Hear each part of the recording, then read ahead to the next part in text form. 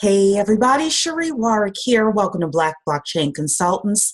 We're trying to get our subscribers up for our YouTube page, so please like the video and subscribe to our channel. Thank you so much. We also have our Center for Blockchain Studies. I'm going to leave a link for some of our classes that we have, whether you need a blockchain certified professional certificate, or you want to take our smart contracts class, or you want to learn the business of blockchain. We have our six-figure blockchain consulting class. We also have our BBC membership that you can be a part of. Our mission is to help 1 million Black people become educated in blockchain by introducing people to blockchain jobs, helping them start blockchain businesses, helping them invest in the blockchain, whether the investment is time or money, and ultimately growing wealth through the blockchain. So most importantly, we just want you to join our ecosystem of opportunity and get on the bandwagon for this $3.1 trillion industry. Okay, found this article, thought it was really good. There's one thing that I'm going to kind of disagree with the author on, but the rest of it I thought it was really good. So wanted to share it with you today. Okay. The article is from Innovation and Tech Today, and the topic is 10 Biggest Ways Blockchain is Changing the World. It's by a woman named Chloe Bennett.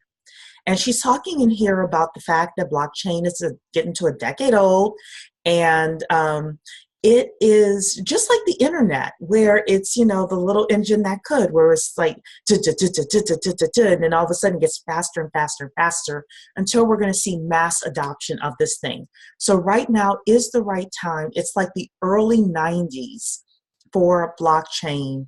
It's like the early 90s for the internet is where blockchain is now. So now is the perfect time to get in and figure out how you want to make money from this industry. So here are 10 of the biggest ways blockchain is changing the world. Number one, better cybersecurity. She's right about that. It's going to enable safer transactions between parties.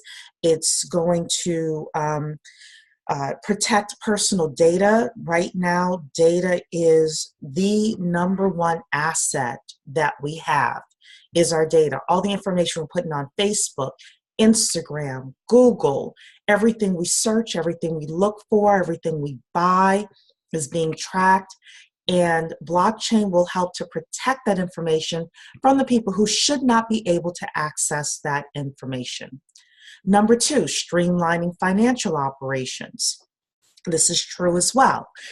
Right now, there are a lot of audits that need to happen because of financial, because of the system that we have right now with our financial, nonprofits and for-profit companies and things like that. We also have wiring money that she talks about, and how complex it is, and how blockchain is going to be able to simplify it as well as lower fees. So she's right about that. And banks right now are putting billions and billions of dollars in to the blockchain. Number three, improved advertising. One of the issues we have right now, and the Fire Festival, the scam with the Fire Festival is one way that, is one example of this, is that there is a lack of credibility within the advertising. People need to see a lot of information before they feel comfortable with you. And blockchain is going to be able to help with that.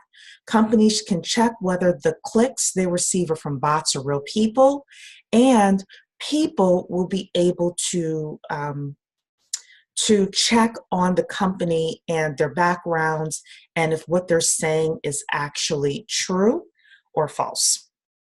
So she doesn't mention that in here, but that's part of the improved advertising as well. Cryptocurrency is funding. There's been a lot of ICOs. Now, I have some mixed feelings about this in terms of the future of funding and crowdfunding. I don't know if it's necessarily going to come from ICOs or if it's going to come from tokenization of assets.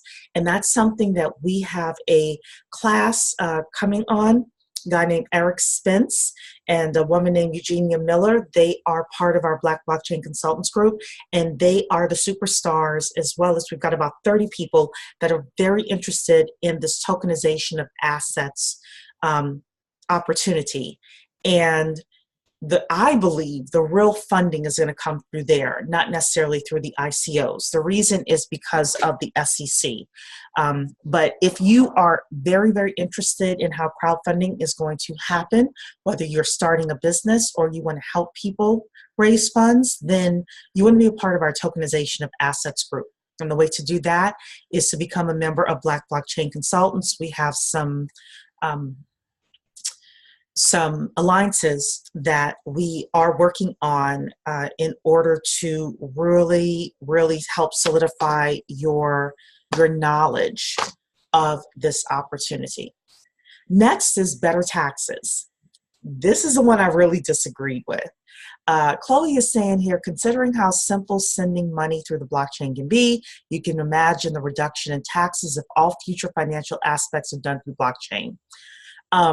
No, I don't think the U.S. government is going to give us any money in taxes. Right now, we're at a deficit in the United States.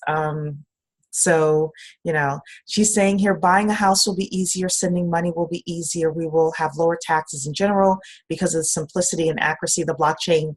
Highly, highly disagree with that. I think counties need more money. Cities need more money. They could put that money into education, roads. Do I think that the budgets will be different in the future, the county budgets, city budgets, state budgets, and federal budgets because of blockchain? Absolutely. I think that they will not have to spend as much money on certain aspects of the government machines. However, I don't think we're going to get better taxes out of it. I don't think it's going to flow to us. I think it's going to flow to other parts of the government. So, but if Chloe, if you're ever watching this and you want to have a debate on it, I'm your girl.